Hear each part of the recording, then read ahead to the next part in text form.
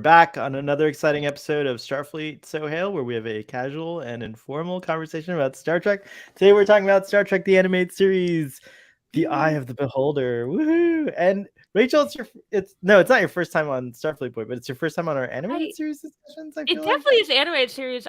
We've been in a lot of video calls together. I'm not sure if I've actually been on this particular show. Yeah, But we've been in so many different shows together that I'm not sure. I'm not sure either. Yeah. But welcome. We're always it's so on nice the show, all the time. Yeah. It's so great to have you guys back. Aaron, welcome back. Sub Commander and Ken, thank you for coming back. And Father's going to pop in here in just a second. He says, in Austin traffic, I will be there soon. Oh, I don't envy that. Yeah. And I want to welcome back our audience. Thanks for coming. And we got some. Like Joel said. What did Joel say, Lucy? High screen zoo exhibits. Yes. Actually, we're the zookeepers. We're watching you guys.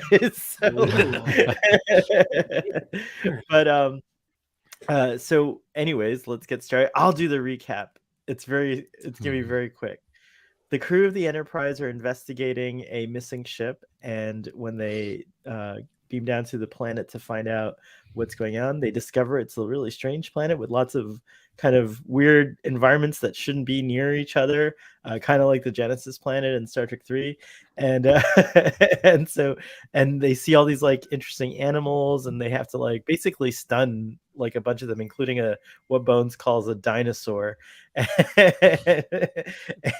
And they soon discover that after they're captured by these really kind of oddly cute aliens with like hand proboscises, or whatever they are, and they discover that they're actually in a zoo and that they're being kept as part of the exhibition.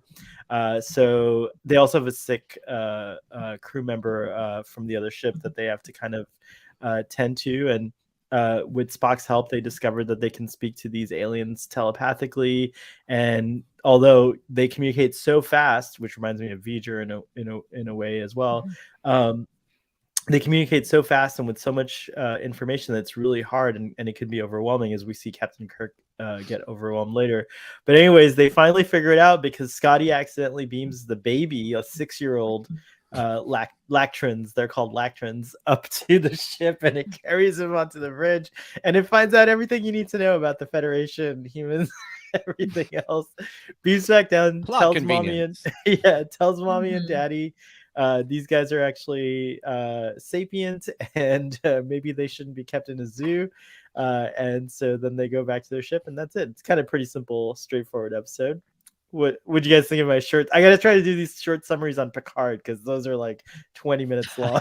It's good, Sohail. Good summary. Yeah. You captured it all. I actually did it. You did it. So what'd you guys think of the episode? Rachel, you can go first, and I'll be right back. You guys make it show. I've actually watched very little of the animated series, so like this is funny. I always forget when I go. I was like, oh right, there's no budget to this.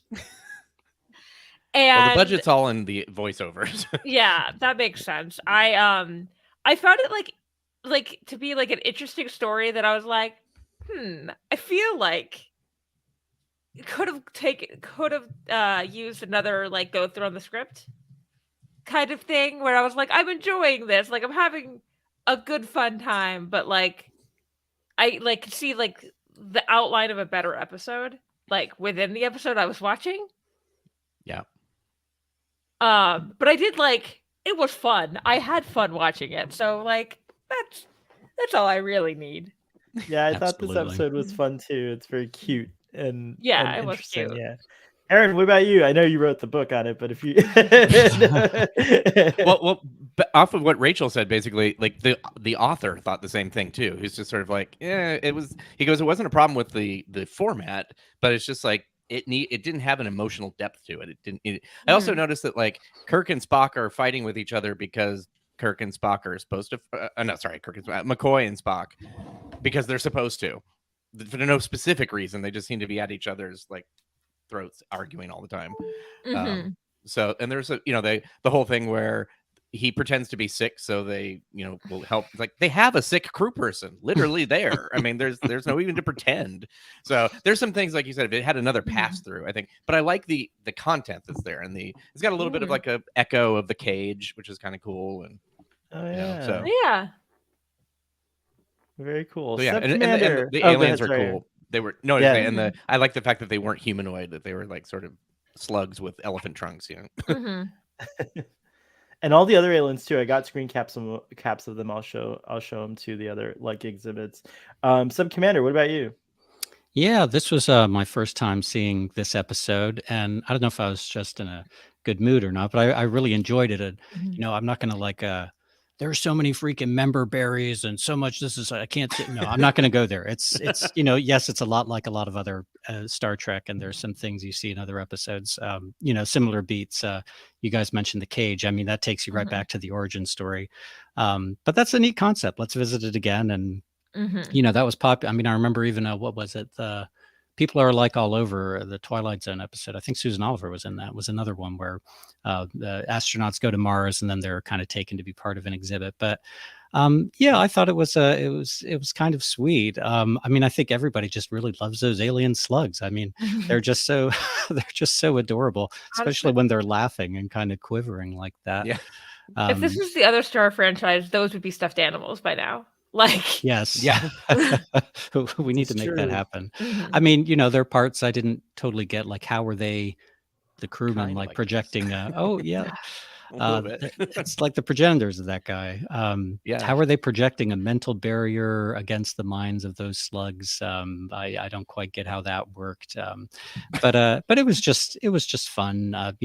Again, the McCoy Spock thing, like you said, Aaron, it's kind of pro forma at this point, but I didn't mind it. So and you got to see Shatner going a little big with the migraine sequence, and that was fun. So and that cute little 6-year-old, I don't know how long their years are. I guess we still don't know. So maybe 6,000 years old or something. But I love how he goes onto the bridge. Scotty brings him onto the bridge, and then he's trying to communicate with him, and then there's a cut to the exterior shot of the Enterprise like going out of control, like he's messed around with some of the controls or something, but you don't actually see him do it. You just see the effect of it with Scotty kind of like, no, don't touch that, or whatever he's saying in the background. So it was fun. I enjoyed it. That's awesome. What about you, Ken? So I agree with everything everyone has said so far. I think this was a really fun episode with callbacks to previous Star Trek motifs and beats. What was interesting to me also was that in reality, this is an episode where Scotty saves the day. Scotty's the one who makes it all happen. And, that's a great, you don't see that very often, where Scotty's the one who solves the whole mystery. And, while Kirk and Spock and McCoy are down there trapped, apparently Scotty could just have a conversation with the little one and say, hey, what's going on? Come on. And makes it all happen.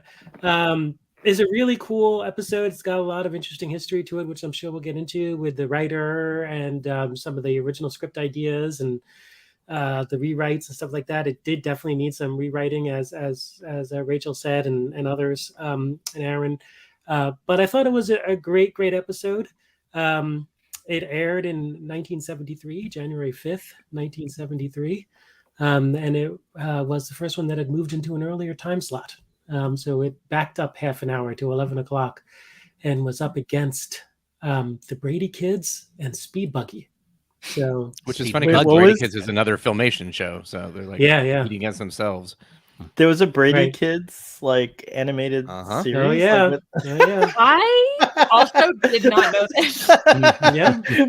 If you've seen the Brady Kids movie, like the second one, or the Brady Bunch movie, they have Ping and Pong the pandas, the animated thing that you see when he's tripping on mushrooms. That's from the Brady Kids. Oh, okay. So I've seen that. Yeah.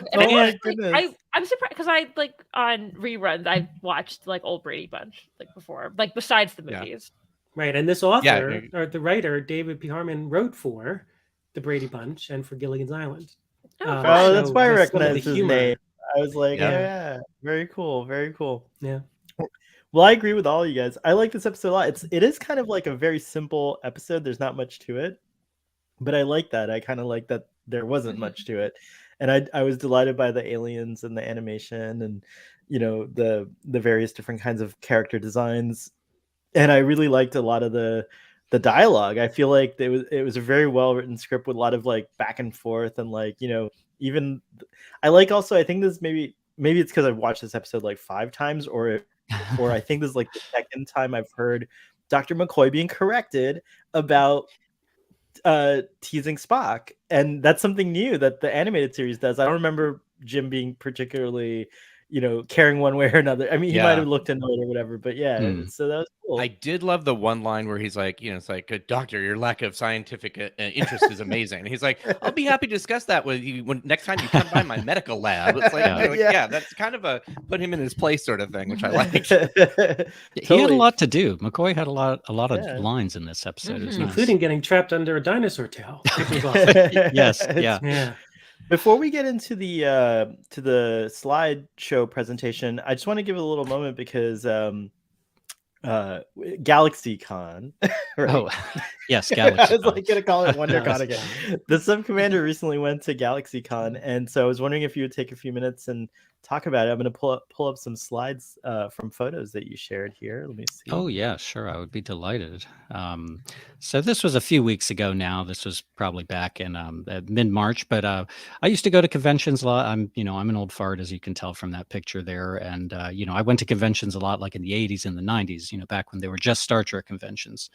And I hadn't really been to many since then, but I've heard about these GalaxyCon conventions, which tend to be in sort of secondary cities. This was in Richmond, but it's like a big tent. It's not just Star Trek. You had tons of anime people. You had Dungeons and Dragons people there. You had like Marvel. You had Star Wars. You had a little bit of everything. So and they had some Star Trek folks as well. So this was close to where I live. So I drove down for that, and I had such a great time. I mean, it was such a nice vibe in there. I mean, it's so nice for me to see that this tradition of conventions continues, even as the original cast who kind of spawned it, they're no longer participating as much. But William Shatner was there, and Walter Koenig was there. Also, Nana Visitor, Gates McFadden, Jonathan Frakes, Terry Farrell. I think I got everybody. But yeah, it was a lot of fun. So I went to hear, but other people like David Tennant were there, and there was actually the guy who had the hugest line was he plays the voice of Master Chief in like the Halo game. I don't know if anyone plays that or not, but anyway, so the voice actors, they had all kinds of folks. But wow. What's nice is about conventions now versus how they used to be, and probably because of how social media has just sort of changed fan and celebrity interactions, is that you can really get up close with these people. I mean, not only do you, as long as you're willing to pay, you could do these you could do selfies with them, the autographs with them, you can do whatever you want. But back when I would go to conventions, someone like Nana Visitor would have a gigantic line, running out the door, take forever to get up there for an autograph. You'd get one and you'd move on. And here, because there's so many different fandoms, everybody was sort of spread out. So when I went up to her booth, it was just kind of, hey, how are you? I remember seeing you back in 1993 in Minneapolis, or whenever I saw her before, and that's so cool. Just taking a picture and sharing a few words, and got to ask William Shatner a couple questions there during his talk, who's he liked your question a lot, by the way. That was cool. I saw the video of that. He went on a whole tangent after that question. What he was did. It again? Yeah, well, I unfortunately, I'm obsessed enough with this guy that I know exactly the kind of question that's going to turn him on, and it's not a Star Trek question. You cannot ask about Star Trek. His eyes just glaze over. So, well, I asked him about interviewing people, and he used to have that show called a Raw Nerve. So I asked him just about what his entry point into that was, and he went off on a really interesting answer. But the guy, I mean, whatever you think of him, you got to give him credit for his energy and his acuity. At age 92, he will, start to seem like he's spinning off on a forgetful thread of his answer, but then he ties it all back up and you realize he's still got everything under control and he's extremely sharp and, making jokes. So that's, every time I see him, I think, this is probably the last time I'm going to see William Shatner. But, I'm sure he's going to be 110 and, I'll still be going to conventions with him. So people will still be trying to get him to come back to Star Trek. Right. That's right. Project Phoenix. That's right. Yeah. This is me here with the non-visitor on the right. And then I was also there because of one podcast I listened to quite avidly that really kind of got me back into Star Trek after not being into it for a long time, was this Inglorious Trexperts podcast, which I don't know if any of you have heard it, but it's quite enjoyable. Those are all It is awesome. And they mention you a lot, Sub-Commander Tall, on their podcast. They mentioned you. Yeah, they did, which was tickled me. So no, they were very personable and gave out free swag and stuff like that. So it was a ton of fun. Also, I got to see Walter Koenig, and that was I asked him about, again, not wanting to ask a Star Trek question. I asked, that's him there on the right. He's such a little old guy. But I was there and like blabbing at him, and he's like very politely listening to me the whole time about how I met him once before and how he was so nice to me. But I asked him about a Alfred Hitchcock Hour episode he appeared in back in the early 60s or maybe even late 50s, Memo from Purgatory, which was great episode, and just playing villains in general. He has a couple moments. I mean, we know him as Bester from Babylon 5, but he also has a couple moments in original Star Trek, like in Mirror Mirror and Day of the Dove, where he gets really evil, really malevolent, and he does that great. I mean, he would have been in another lifespan, he would have been a great kind of like, I don't know, Joe Pesci, in Goodfellas, kind of, a little guy who just has a really mean streak. But it was nice to spend a little time with him because, as most of you know, he recently lost his wife. His son committed suicide a number of years ago, and I think he really felt the love at the convention. So, that it was a great time. I'm definitely going to consider going back to them, but just a nice vibe. And met someone from Twitter that I had never met in person. Undiscovered Magato is his handle. So, good times were had by all. Very nice. Thanks for taking us through those. Sure, and welcome, Fathery. Hi. Can people hear me? I'm on an unusual mic that I don't typically use. I like it. It sounds pretty good. You sound right. We can hear you. There. So your video is delayed, but we can hear you. And he just Fathery, sending transmissions to us. Exactly. Fathery, you can get us sensing something. You can get us back into the main bulk of the episode, but quickly giving us your thoughts about this episode. I love the animated series. I don't love this episode. I think it's fine. It's just like nothing in it is particularly memorable to me, other than the design of the aliens. It was kind of cool when the youngster is taking over the ship. That's kind of fun. But yeah, like there's a few different episodes of like where there's like a zoo planet, and I think this is probably the least interesting of them. They did it with the cage, and then the cage was revisited in the Menagerie Part 1 and Menagerie Part 2. And then Star Trek Voyager, they did, I can't remember the name of it, but they had that episode where they had like the crew of the Voyager was like abducted, and they're put in their environment. And then there were like other aliens in like different environments, and they were like secretly like getting around the guards and talking to each other and like trading food and things like that. And eventually, the Voyager crew is able to outsmart their keepers and escape. It's I guess cool to see other Starfleet ships in action with Markel and his crew. I like that it's interesting.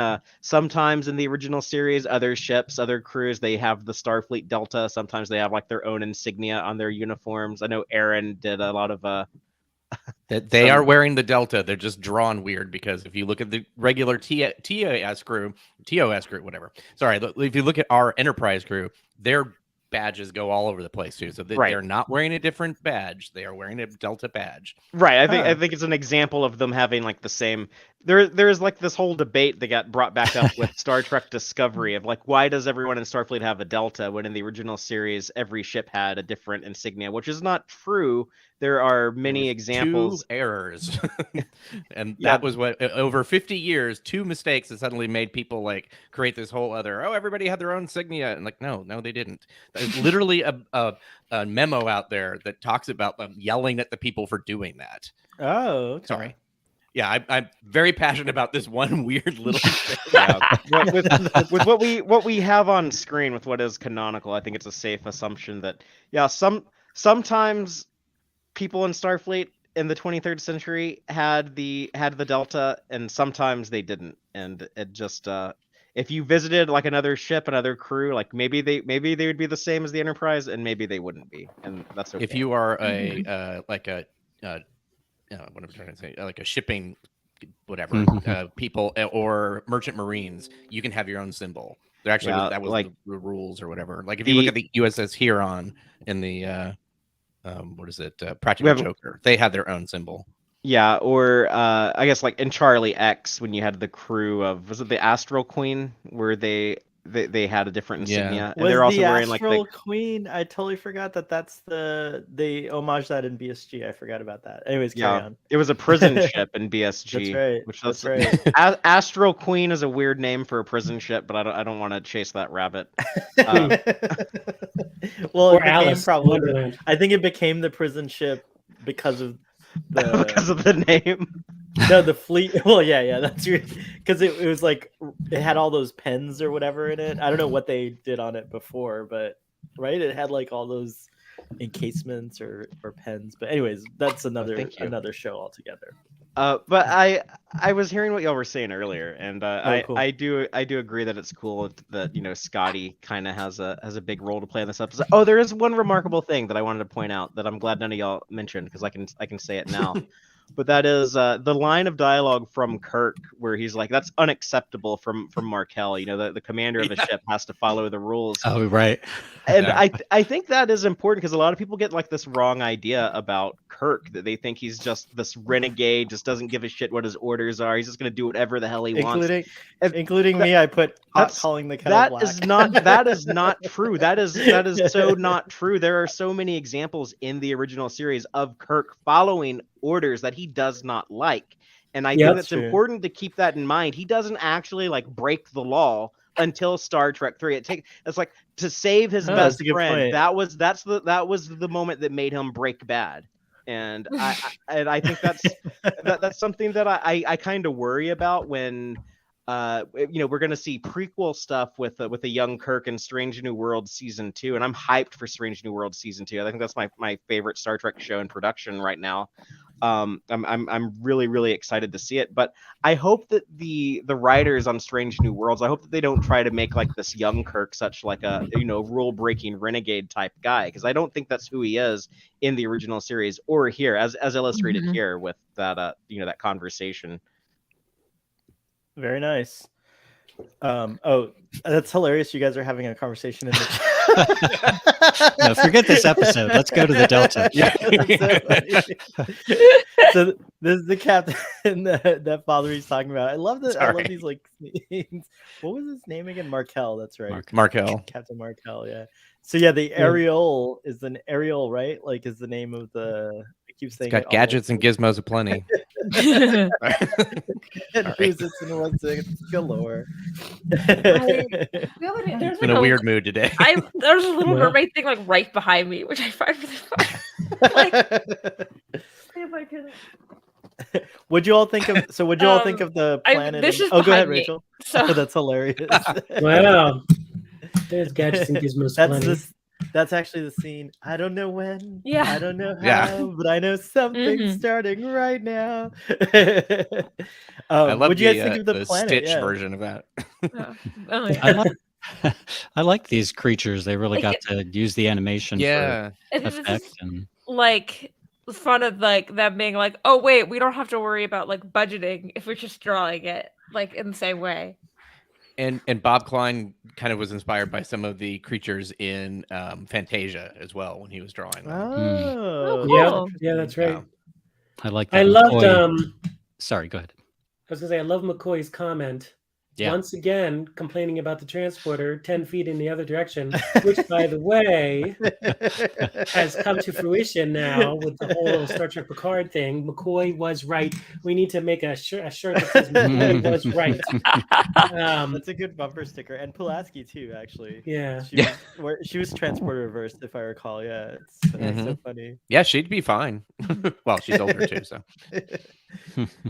I love the shot of them firing the phasers. Yeah, that is very cool. It's a very cool shot. That'd be fun Who to says recreate, Starfleet's not a like- military organization? if you're Right. cosplaying as these three, it'd be fun to like recreate that picture. Yeah. That would be. Yeah. And then Photoshop in I some also phaser like- beams. I love the like ombre effect they have on the beam too. Oh yeah. Oh yeah. Oh yeah. Yeah, Very they did. Good shot. No pun intended. 3 good shots. Here's the dinosaur. I love this design. I think he's cool. Yeah. I love the fact that they think they can move the tail. Right. 900 Also, tons. why We're isn't gonna- Bones dead? The ground must be. Yeah. so- Yeah, well, You don't know the gravity on this I was planet. running out of air. Like you should have run out of air a long time ago. If that's the case. yeah. Then the legs, the way the legs were kicking, that was very Saturday morning. You know, Mhm. there's- Yeah. there's I few just like things that are- the static pose that it's in with like the claws up and just like yeah. it's like Mhm. okay we know we're not gonna animate a lot of movement, so what kind of pose can I draw that'll like get the message I across. do like the way it looks though. It is kind of cool. Yeah, it's fun. Yeah, it is. It was pretty also cool for Kirk to say, aim for under the neck. The soft part under the neck. It was a really good thing. Also, they mention in this almost every single time phasers on stun, phasers on stun, phasers on Mhm. stun, and I think, and Aaron, correct me if I'm wrong, I think part of that was because NBC was very, very, very adamant to make it clear that these phasers were never set to kill. Yep. Mhm. Right. Hmm. That's cool. Now, is all this? Sorry, It was I was okay to just gonna blow say up the real quick- Kazinti from the last episode. Right. One thing I was confused about, and yes, I have to admit, I was confused about a 23-minute animated episode. But is this part of the menagerie that they're in, like the different climates? Were these like put in place by the slug creatures, or was this just randomly how I the think so. planet is? It is. I think they would. Yeah, I took it to be different environments. Like they basically like transported into a zoo exhibit. Because Kirk Yeah. says that this animal and this desert matches that other planet. Oh, Canopus, Right. right? Yeah, right. So I think yeah. that some of their captive creatures, are in like a smaller exhibit, but Like and then a zoo some planet. then some are given like these larger territories to roam.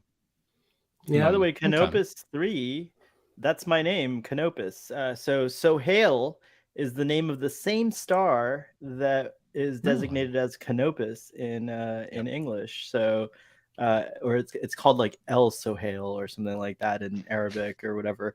But it's the same star, and I've told this story a million times. But weirdly enough, it's the same star that Tolkien was basing Erendiel's star on.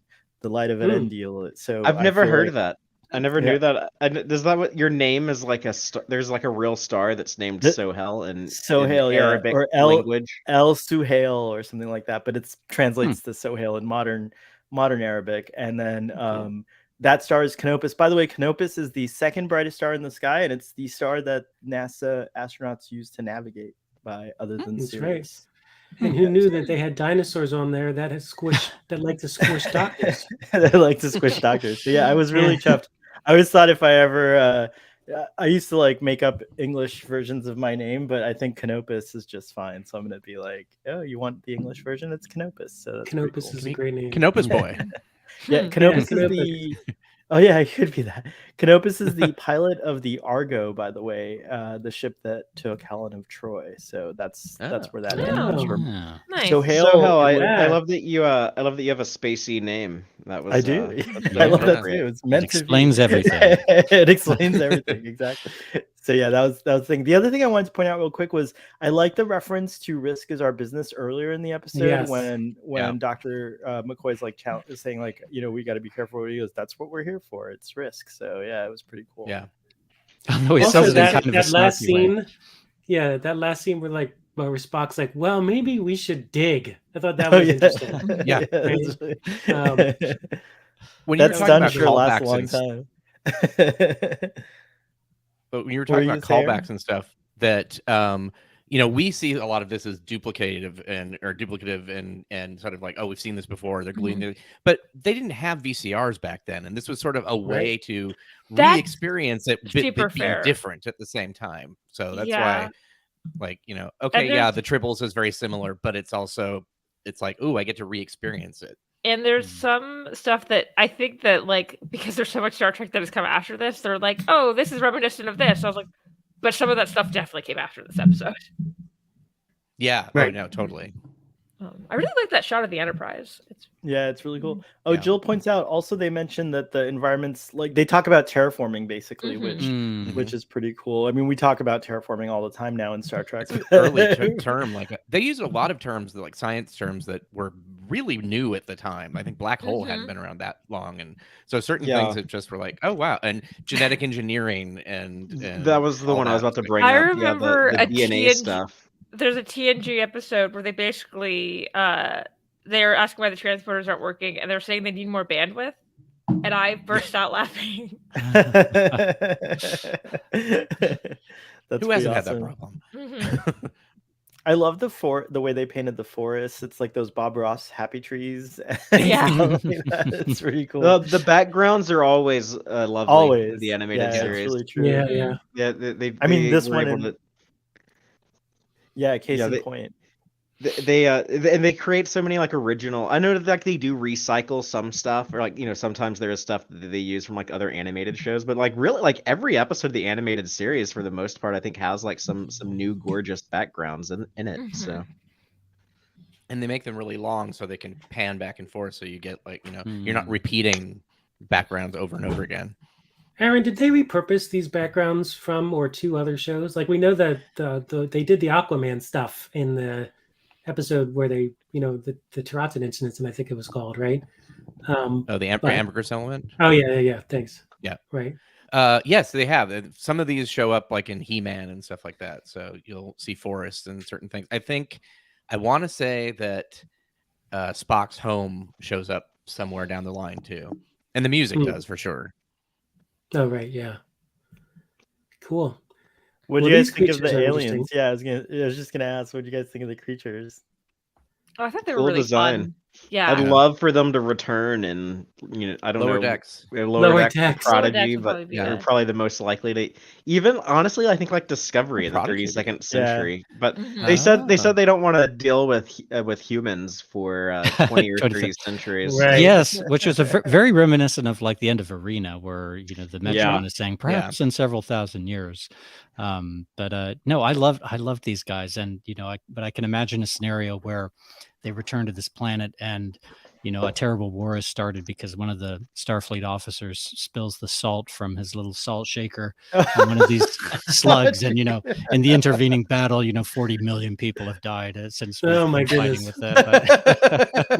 what if that youngster like grows up and like goes into space? What if he becomes the first slug Starfleet cadet at slug. Starfleet Academy? Right, he should. Oh wow, he could be a character That would in work. that new Academy show, even though that's Right. even though that's 900 years later. Just that's how long it took Yeah, him to, it's like- to mature to be old enough to go to. And go he to would the do Academy. great on the exams with his 1,000 IQ. I mean, he would just That's no true, problem. like, he would actually be like, let's innovate this. And why are you guys relying on transwarp drive? Let's create like this new slug drive. Yeah. A big slug looks really dumb, and you'd think it'd be like slow and stupid. So the fact that they're like these fast thinking, super intelligent beings is kind of interesting. Yeah, I like this. This city is supposed to be like 5 kilometers wide or whatever. It's like, how big are those trees in the center? Like, I don't think that's the right one, or right dimensions. This is kind of like Jurassic Park, but a planet version, a whole planet version of it, which is kind of interesting. Yeah. Well, there's dinosaurs in that too. So Yeah. Right. But they have their like they little... got the idea for this. For Jurassic Park. Michael Crichton watched this. It was like, wait a minute, like some type of like park dinosaurs. Like, oh, I got an idea for a book. Yeah. And here are the other creatures that we see briefly. I like that Spock is like, I'm strangely attracted to that one. Yeah. That is a weird line. That is a weird line. Yeah.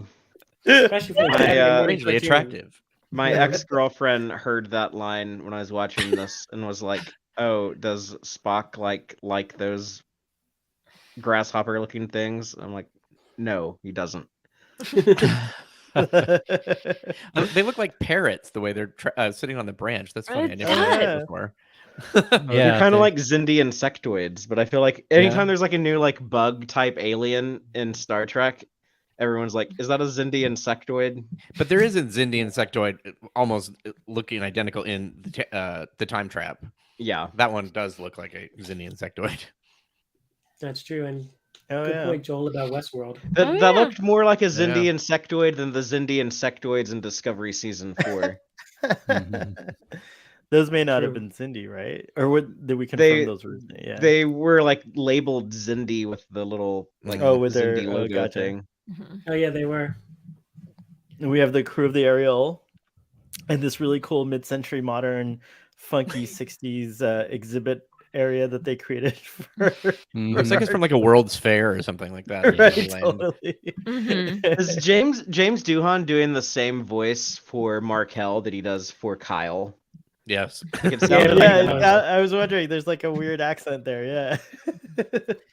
So, interesting backstory to this. When David P. Harmon first wrote this story, that character on the left was supposed to be McCoy's daughter, and right.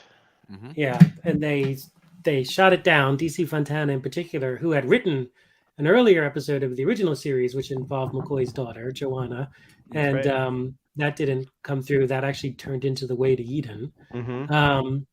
This was supposed to be McCoy's daughter again. Did Joanna become Chekhov's love interest, like that character? Yeah.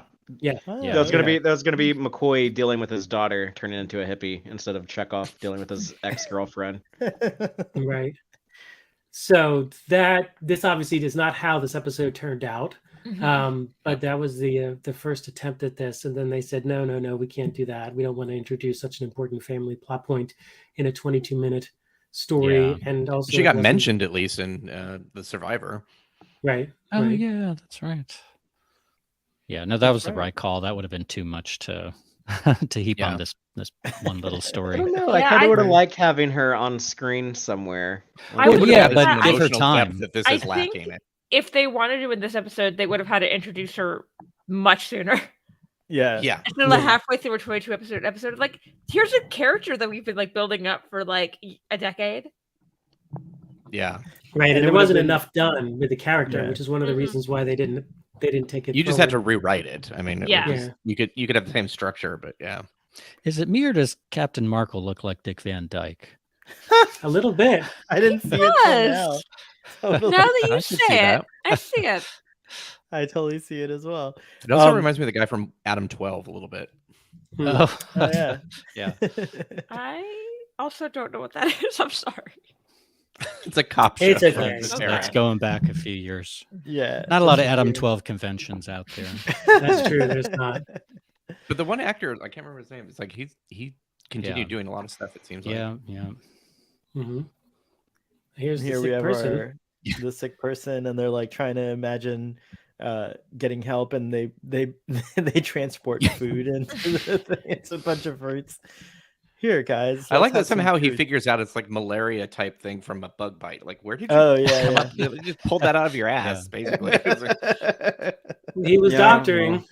Yeah. Sometimes you just gotta say something and hope everyone believes it and doesn't question it. That's true. I also like how the previous crew were defeated. They were just like, we're caged for life. And Kirk's like, they gave up. Gonna get out of here. They didn't have that. They didn't have that. That we are Starfleet attitude. Like we can do anything attitude. It was like, I guess we're just prisoners now. Oh well. It's super helpful to have Spock who could actually communicate through his mind. Right. That's true. That's true. The Captain Markel says, or someone said, we seem to frighten the little ones. The females find us quite. Oh, that was Spock. Yeah. The females find us quite ugly. I thought that was pretty funny as well. Yeah. But Ew, then yuck. then they do their Imagine like. Wait, were you to say, Aaron? No, it's kind of like when like your mom is like you show your mom a bug or something when you're a little kid. And like, yeah, get that away from me. You know, it's like that. That's what I'm imagining, and That's they're totally what trying it's to probably like. channel. It made me think of Devil in the Dark when Spock said that the Horta thought that the only attractive yeah. feature on any Oh, of them yeah. was Spock's pointy ears, and he didn't have the That's heart to right. tell her that it was because he was Yes. part Vulcan and not like no other humans would look like that other than him. She really Yes, liked the- those ears. The Horta is a highly intelligent creature with impeccable taste. Yeah. Yeah. There's a really good conversation going on in the chat about color and color Yeah, I TV. noticed that. And it's true that Yeah. back in the original series, when one of the original series ads first started coming up, you would see in color. The Star Trek is going to be in color because they were trying to sell color TVs, which is one of the reasons why the uniforms in the original series are so bright and vibrant, because they wanted to take full advantage of the fact that if you got a color TV, you would love this show even more. Because the coloring was kind of off. Like some of the Kirk stuff was supposed to be green, right? And then it was like, Yeah. oh, this comes off as yellow. Yeah. From what I can tell, I don't think they like specifically made it so they could advertise color TVs or like they were taking advantage of the fact that it was color, Yeah. but not like they didn't make it that color because we want to sell Zenith. You know, I'm just sure I don't there was think. probably just a subconscious thing of, oh my god, we have color. Like the TV's gonna be in Right. color. Like that's so cool. Well, Like, yeah, it was a way to show off, like how like the look of your show, right? Like, 'cause, yeah, like Right. color television was, it was a new thing. like my fun fact is the Right. reason the slippers are ruby in the movie of The Wizard of Oz is because they were like color. Oh my god. Yeah. Exactly. Yeah. Yeah, it was There's like silver in the book, right? Yeah, it was there's almost silver like in the book. it was like a novelty type thing of like the movie. Yeah. Kind of like, like when Avatar came out in 2009 and they made like such a big deal about like the 3D effect and everything. And then like, they this tried is gonna to be a 3D make movie. every movie 3D. Yeah. Yeah. And then they stopped and then now they started again, but I feel like there's It's a still fad that just trend of like never will go making. away.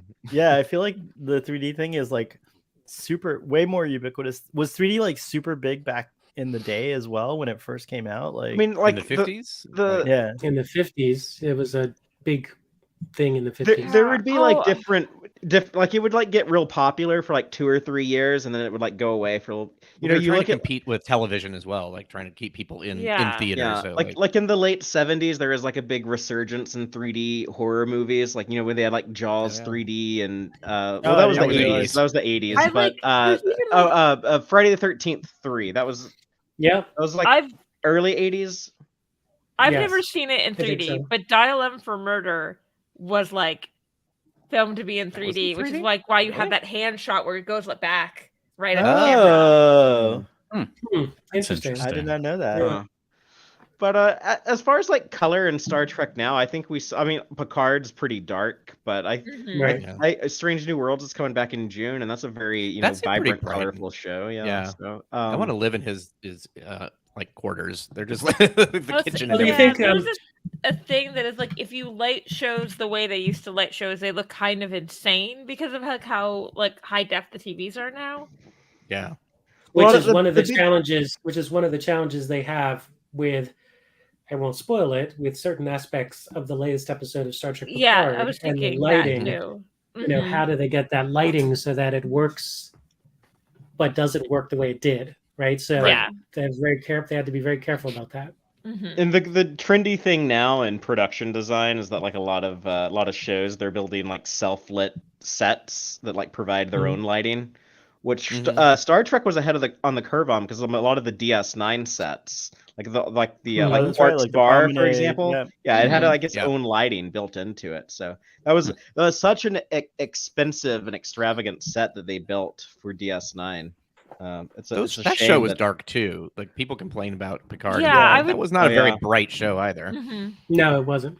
Father, maybe someday they'll actually recreate the promenade for you, just like they did for the Enterprise, and then you can go and fulfill your dream. I mean, I of feel walking like- around the promenade. I feel like Deep Space Nine gave itself, a great enough ending that we don't need to revisit the station. But I would certainly love to. I would Yeah. like if they were going to do that. I want to like quit my job and like go to wherever they're gonna shoot that and just like volunteer to help build the set of the new promenade. Like, You don't should even have to totally- pay I- me. Just Oh, tell God. me what you need done and I'll do it. Like, If they What ever did you- do make a Star Trek like theme park, the promenade is what they need to build. Like, That They 100%.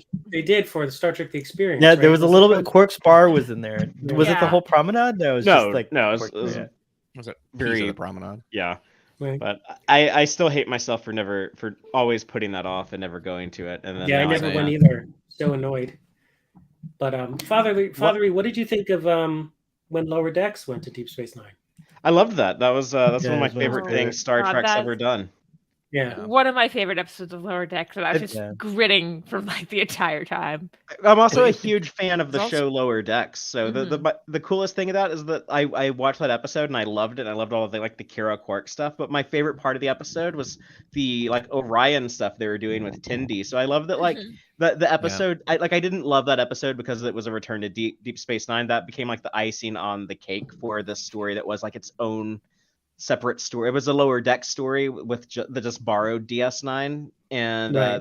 that was a hell of an accomplishment. And yeah, I love Lower Decks. That's another. There's so much great stuff. Just Prodigy and Strange New Worlds and Lower Decks have all three just been a lot of fun for me. So yeah, I'm really happy with the state of current Star and even Trek.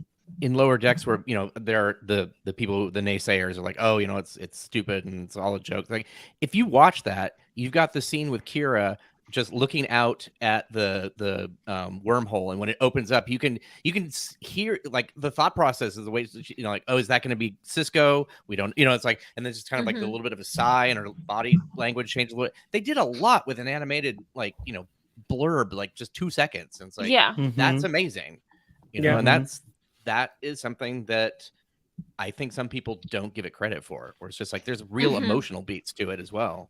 Well, Right. And Lower Decks, just to bring it back to this a little bit, Lower Decks has so many elements to nods to the animated series. Yeah. And I've said this before. In particular, Lower Decks theme, musical opening theme, is so closely tied to the animated series. And I, that dun dun dun dun dun. I mean, that is so brilliant. And the very, very first episode of Lower Decks, when I heard that, I'm like, bravo, very well done. So Yeah. That made me What- fall in love with Mike McMahon. Yeah. Speaking to your heart. The med kit is awfully small and it looks like a Texas Instruments calculator. And remember when they had those?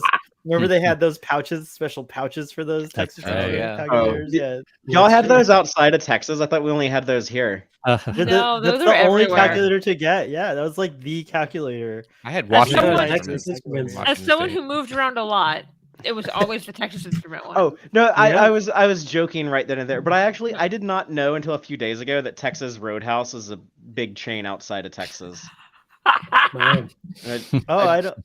I know drove what's by funny one in, here? in Right. Tennessee. I was like, y'all have these here? Like I never like some things that are like a only Texas, like Shipley's Donuts. I just assumed that was like a nationwide chain, but like no, apparently like they only have Shipley's Donuts in Texas.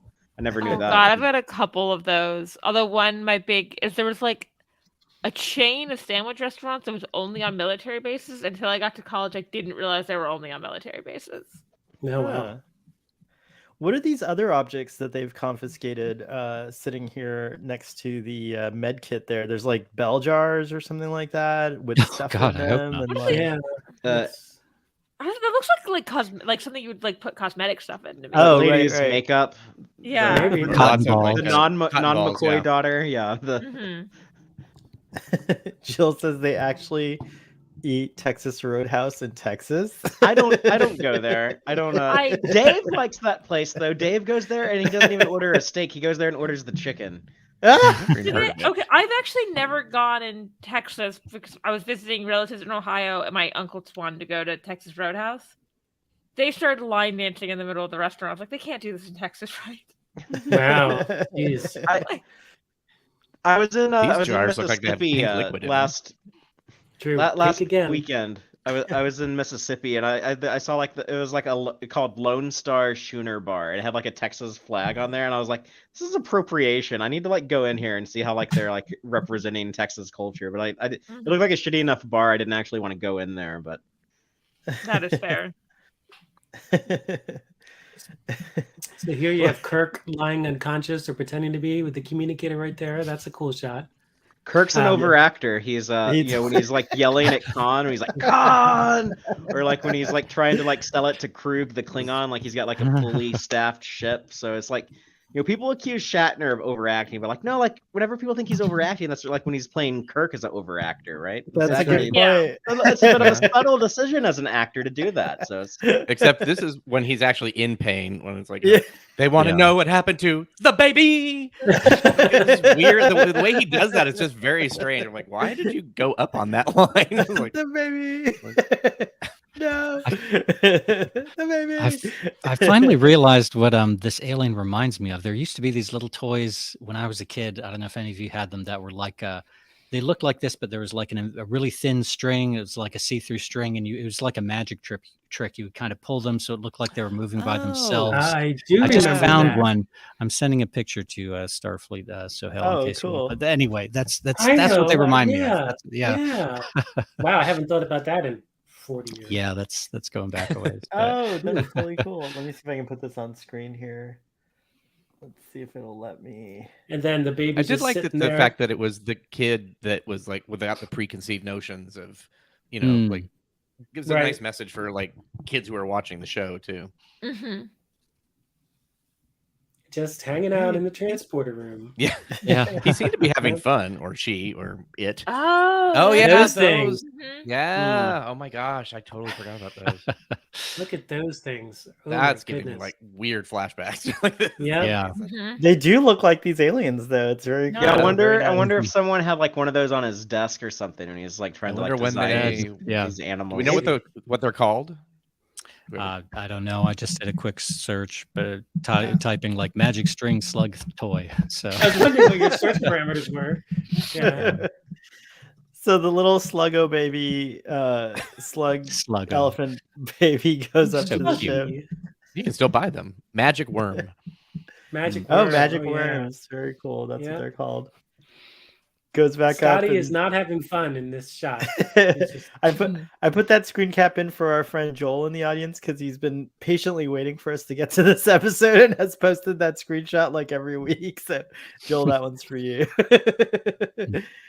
But yeah, here's the they finally so they're all now like as concerned parents would be like trying to figure out what happened to their baby, and they joint they get together and like attack Kirk's mind, and that's where he has that like scene where he's like the baby, which I thought was Yeah. pretty good.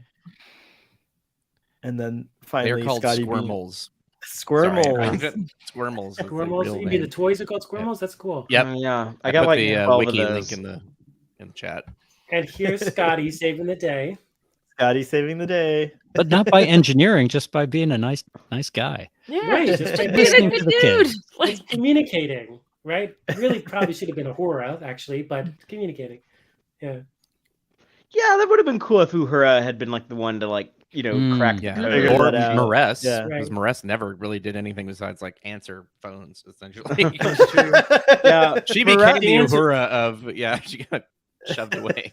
Maress She and always Eric she are always- closer to like, you know, being like Kyle and Leslie than Right. Chekhov and Sulu, I guess. Unfortunately.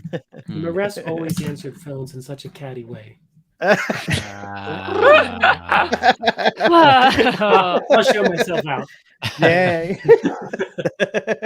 I need to mute myself for the dog barking. Is the No, you're fine. Nah, We you're lo- fine. Well, The bark just, Heard me the talking dog's about just cats. excited about this episode too. It's totally fine. you know, the dog heard speaking the, of cat, the dog heard the cat joke, and That's Ah, right. there you go. Yeah. It's like, speaking of Russ and her like purry speaking pattern, you know, that was another thing that they followed the animated series on in current animated Star Trek with Star Trek Prodigy. When we hear Acacian language being spoken, they add like a lot. It's like mainly like purrs and stuff. So it's like, oh yeah, it kind of makes sense like that. That's kind of just like how their language is spoken. And then if you tried to speak English, you'd probably would do a lot of those same types of sounds, and that could kind of become like a Cation accent. That's true. Which, by the way, they sort of left that cute little Cation cat storyline dangling, right? They ever she's they rescued all those people. They have the Rev 12. They have like their own ship now. Oh, okay, yeah, that's true. She probably becomes like the captain of them. Yeah, there you go. Because she Was the doggy gonna make an appearance on the show? Here, you want to jump up? I don't know if he'll jump up. I don't know how to like. You're keeping him as a oh, yeah, boy. Look at that. Camera shy. The dog is actually a puppy. He's 11 months old. So. Oh wow, he'd be a big dog. And you're keeping him as a pet in your house, like in a zoo. Yeah. I mean, I think he enjoys it. Yeah, dogs like being. Yeah. We've domesticated that animal to enjoy its domestication. Cats domesticated themselves, apparently. I think the cats were like, they think we're cute. They give us stuff. Let's go. That is essentially what happened, apparently. That's totally what the cats did. I will say, if you try to keep the dog outside, the dog is like, no, I can hang out with you. Right, exactly. This is a great facepalm moment for Spock. I know. I'm going to use this screenshot from now on. That's a good one. I never thought about that one. It's almost kind of like you're like, oh, I can't take this anymore. Yeah. It looks like Spock has a headache. Like, These. I volcaned. Right. Looks like he's saying effing solids. yeah. Sargon, take me away. Yeah. Oh my God. But here he's actually Calgon, finally communicating with the aliens, and they let him know that basically they're that humans are in the process of evolving into higher, or rather bipedal, these guys like humans, Vulcans. I like that line, by the way, Vulcans too, in the process of evolving into higher order, which I thought was another neat idea, because it comes up again kind of in TNG, like especially it reminded me of that scene where Picard is like where Q says something about Shakespeare, trying to condemn humanity, and then Picard quips back and he's like, that's why you're afraid of us, because one day we're going to be like you, is what it is. And so I like that there's this other reference to humans possibly evolving into a higher order species someday. Mm-hmm. Yeah, you get that a little bit with the Organians too, although they don't really say humans are going to evolve into that, but just the comparison. I forget what they were comparing here, but like with the Organians, it's I'd say they're as high above us as we are above the amoeba, or I forget the line. Right, that's it. That's the line. And then this one's Colony of Ants. Colony of Ants, yes. Right. A little bit bigger than an amoeba. But... That's true. Right. And then their final message. I like the whole thing about how like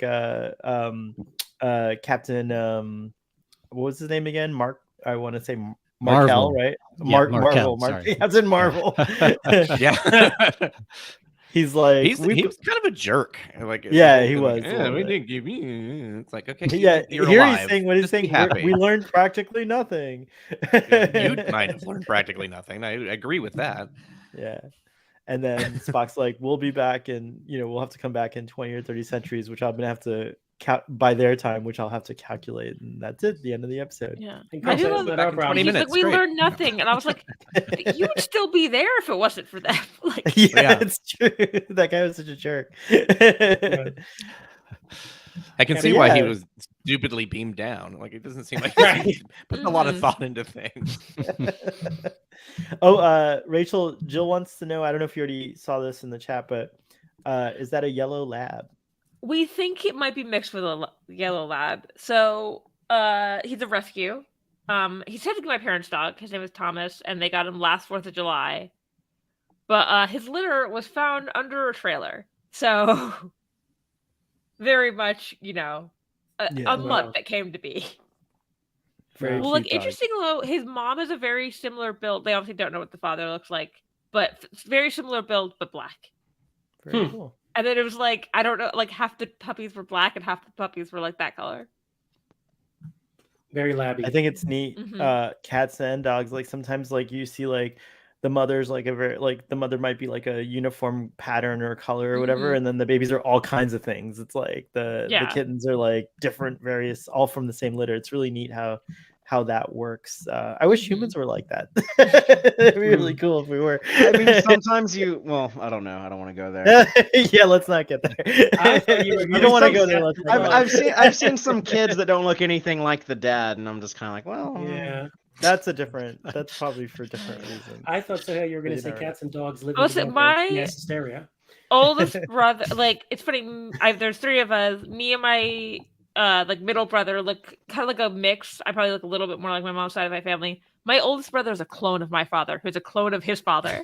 So Oh, that's Wow. wild. they're like the Soongs. Yeah. We have an The actual Soongs. precedence for the Soongs all looking alike. where I found it like I was looking through Janeway's old relative. photos and I got confused. I was like, Right. wait, how is my dad in this photo? And then I was like, oh no, that's my grandpa. Like, Janeway's relatives are like very, very identical. Yeah. Oh, Jill Yeah. points out why the kittens come out different. There can be multiple fathers in the litter. That's wild. Really? That's right. That is wild. Did not know that. I wonder if that works Okay, with patients technically, as well. it is very rare that can happen with like with humans with twins. Oh Yeah, wow. I remember is- hearing that on the yeah. news. This is like the late 90s. Yeah, this woman was pregnant with twins, and like each twin had a different father. Wow. I had no idea that could It's a happen. time saver. It is time. Yeah. Great time saver.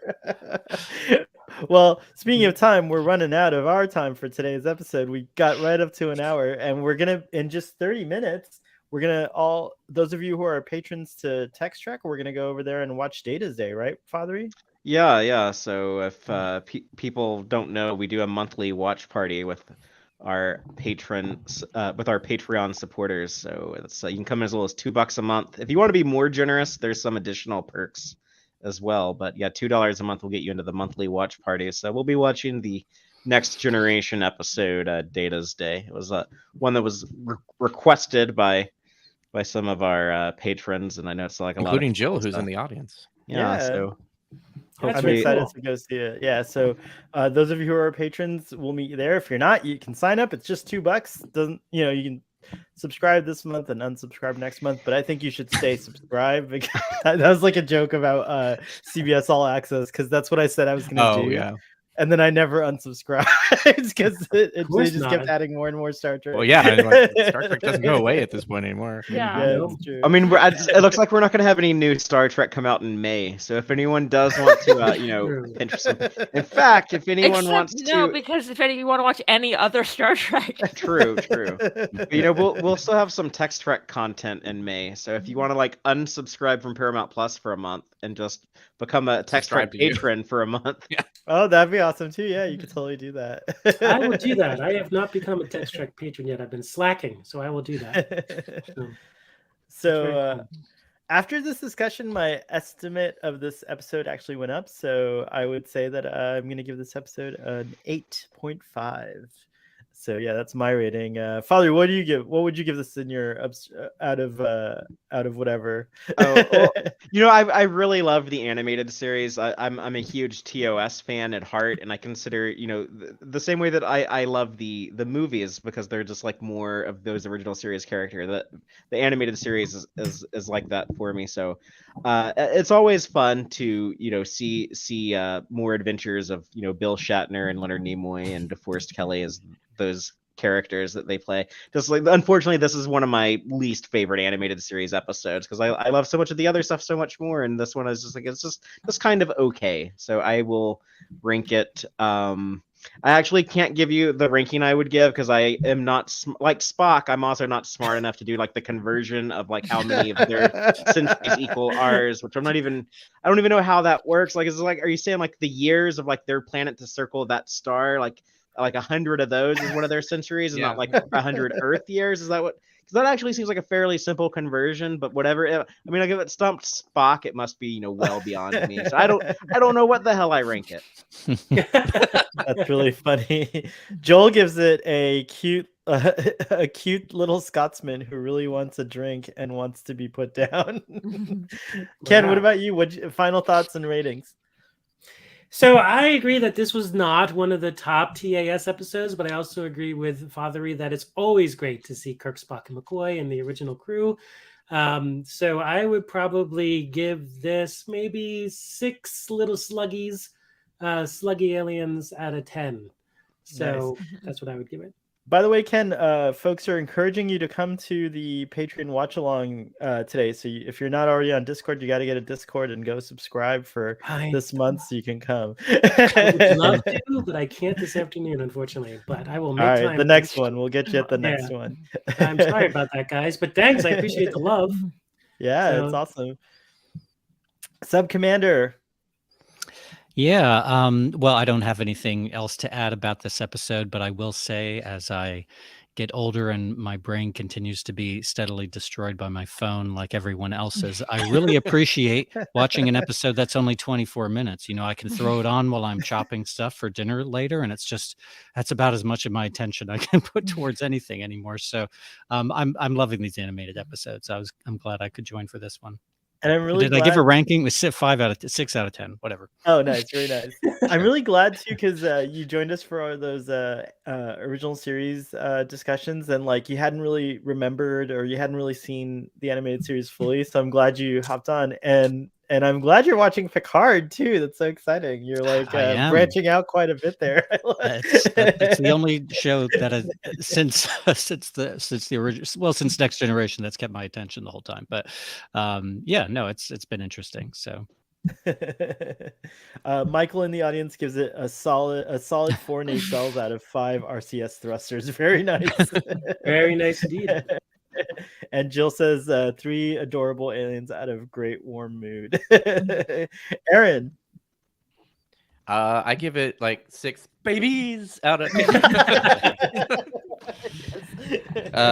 no, I probably like a 6 out of 10. Yeah, I would say for sure. And yeah, no, I do have to say I probably do have a better appreciation for it now after we were all talking. It's like, okay, yeah, there's some things that because I've seen them so many times, it's hard for me to really, at this point, it's content as opposed to like a story. Yeah. So. Oh, it's good that we can wrote the book. Writing a book about something makes you it's a whole different thing more analytically. Really, exactly. So it's kind of fun to actually go back and watch it for fun. Like, I mean, so I'm like, okay, how am I going to, instead of like, I'm going to critically talk about this and make sure I don't miss anything in here. It's like, oh, I can just go enjoy it, you know? And especially enjoyed looking at the architecture and all the different colors and stuff that they brought up. It's like, oh yeah, this is really drawn interestingly. That city was weird, but like really cool. Very nice. Rachel. I am wearing a Gilmore Girls shirt. Oh yeah, Stars Hollow. I got this the Gilmore Girls reunion they did in Austin like more than a couple years ago. This was years and years ago now. We won the Star Trek trivia game because of that question. They had random other things in there. I had saw something. I was like, "Oh, Stars Hollow," and they're like, "Are you sure?" I'm like, "I think that's what it is," and we did. We won it. So hey, they do mention Star Trek and Gilmore Girls. Luke likes Star Trek. That is yeah. I think I'm also 6 out of 10. A little adorable child aliens. I like I said, even though like I kind of thought it could like use another pass as a script, I was enjoying myself, and I don't. Maybe my opinion will change once I watch more of the animated series and like see what else there is to offer. But I was like, I'm enjoying this. It's more adventures of these characters that I haven't seen yet, and like that's always nice. Yeah. Totally. Well, this was so much fun, guys. Thank you so much. Thank you, audience. Everyone, you can find these lovely folks on Twitter. They're all on Twitter. Ken's got his handle up there, but I'll post a little thanks for joining us with all your handles so everyone can follow y'all. But we'll see you guys next week. I will be on location at a Starfleet Command conference event. I'm the official photographer, so I don't think we'll have one next week. I think Michael, that's really cool cool that you're excited about the show and you'll come back. But next week we won't have it, so we'll be back the following week if y'all can join us then. But until then, happy tax day and live long and prosper. And we'll